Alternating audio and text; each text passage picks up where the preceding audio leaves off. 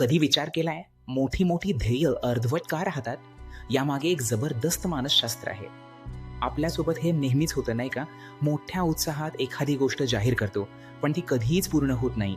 म्हणजे बघा, मी नक्की जिम लावणार किंवा मी नवीन बिझनेस सुरू करणार. जोश भरपूर, पण पुढे काय? आणि नाही, हा आळशीपणा नाहीये. याचं उत्तर आपल्या मेंदूच्या एका विचित्र खेळात दडलंय. मानसशास्त्र एक धक्कादायक गोष्ट सांगतं. ध्येय इतरांना सांगितलं की ते पूर्ण होण्याची शक्यता कमी होते.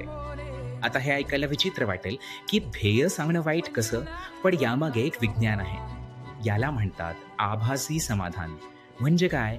तर मेंदूला काम पूर्ण होण्याआधीच समाधान मिळतं.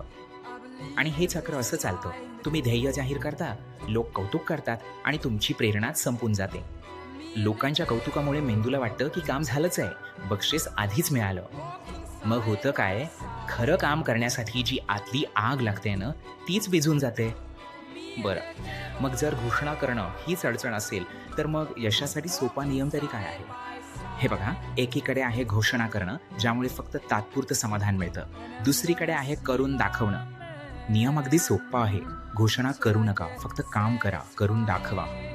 एकदम बरोबर म्हटलंय. यशाला गोंगाट आवडत नाही.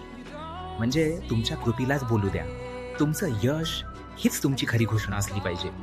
तर मग यशासाठी शांतपणे ध्येय पूर्ण करणं हाच खरा शक्तिशाली मार्ग आहे का? मनाचे खेळ. परीस फाउंडेशन.